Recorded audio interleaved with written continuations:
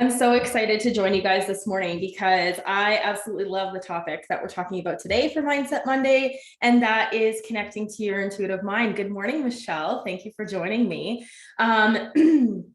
This is very much a passion of mine because I feel like this is the number one way to really gain back your own personal power.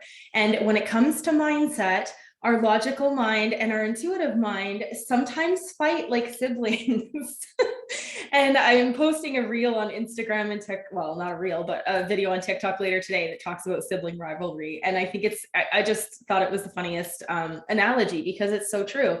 Our logical mind is so wired to really use the things around us that we can physically see, the scientific proof, all of these things that really help guide us make educated decisions.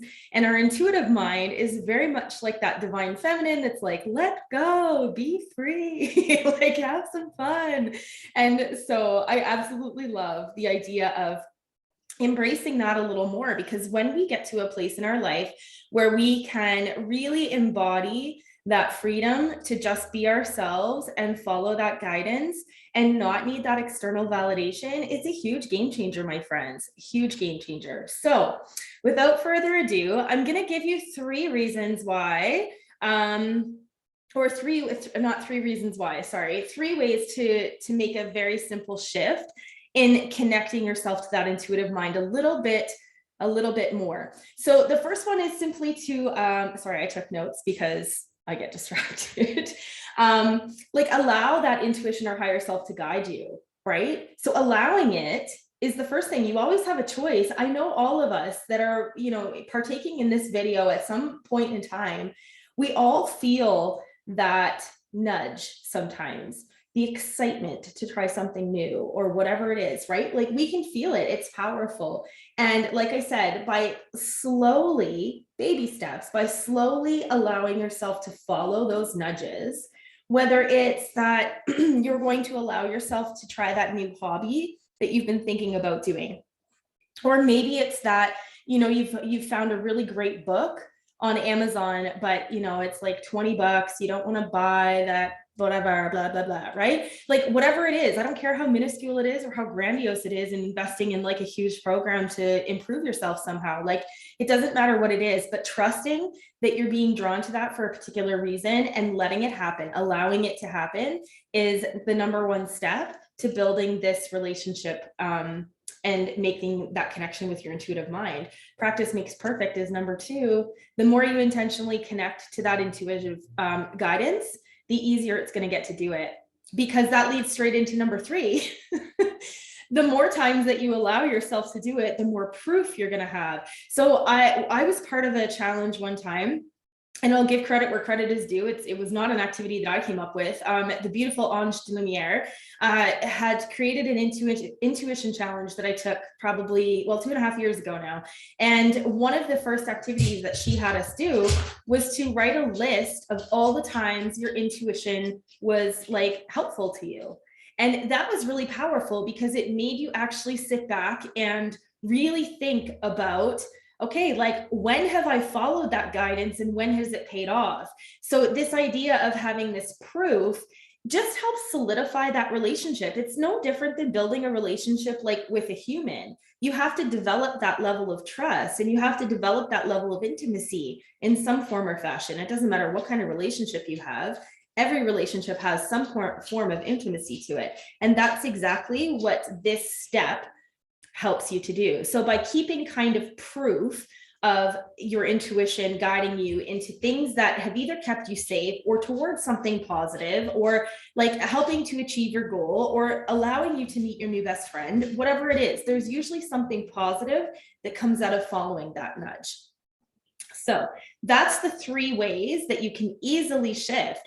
So allowing you to allowing your intuition to guide you and following those nudges, practicing it. So doing it daily, do it multiple times a day. And then give yourself that proof, give yourself the social proof, like in your head, in front of you, on paper, whatever that looks like, here it is. I can trust me. And like I said, the most important ways, I've written down a couple of ways that you can foster this relationship with your intuition, but the most important way is to start small. The hot second that you like want to, jump in, especially if you're not one that is in tune with your intuition, and you jump into like just trusting a decision that's like huge, that's really scary. And sometimes your ego takes over and the fear creeps in, and like, then it's not an authentic like decision making with your intuition. So start small. Okay, like what's the next best step for me to take is a great question to ask yourself, and allow that thought to be your intuitive answer. Follow your excitement, my friends. Like I was saying before, even if it's as simple as like you found this book that you've really wanted to read and you don't really know why, maybe it doesn't match what you normally might consume, but for whatever reason this particular book or information or whatever is like really guiding you, and just trust it. That's how I started with all of this stuff. I trusted a really small nudge to take a course that I had like no idea of what it was, right? Like I went and got completely certified for Reiki, had never had a Reiki treatment in my life, but I trusted that that was something that I needed to do because there was a strong pull to do it. And here I am, like, I don't even know, 5 or 6 years later. And like, I use Reiki energy in many of my sessions with clients, definitely in all of my energy clearing sessions. So like you never know where it's going to lead you. So trusting is that first step, and allowing it to guide you is amazing. Rewire your to-do list daily. This is an easy thing that you can do. So each day when you wake up, think about what is it that I want to accomplish today, and how can my intuition help me do that, right? Connect while you sleep. Many of us with overactive minds find it really hard to connect like while we're in our physical awake state. So a really great way, especially when you're first learning how to do it, is connect through your sleep. You can do that by journaling before bed, or you can simply ask your spirit team that you can't see, ask your guides, your angels, your crossed over loved ones, your mentors, like whoever it is that you feel compelled to call on. Phone them. Pick up your intuitive phone and say, I would love for you to send me messages while I'm sleeping. And a lot of times, like, that's why you dream certain things, right? Because your intuitive mind, your subconscious, your higher self, whatever it is that you want to call that, it's, trying to communicate with you, and it can't get through during the day because the line's too busy, right? And so it communicates with you at a time when your logical mind is resting. So that's a great way you can set intentions to do that. And if you missed the Mindset Monday about setting intentions, check out last week's video, because that's what it was all about. And then another way that you can do this is like building this relationship with your intuition is to connect with nature. Sometimes it's as simple as going outside and taking a walk and being surrounded by that healing and nurturing and abundant Mother Earth energy. And in doing that, a lot of times, like if I'm stuck for inspiration or anything, I will go outside and I will go for a walk, and it's amazing how quickly things just start to flow. So it's a really great way to have that connection without having to figure out the hard part, which is the how, right? How is it going to come to me, or how am I going to make this happen?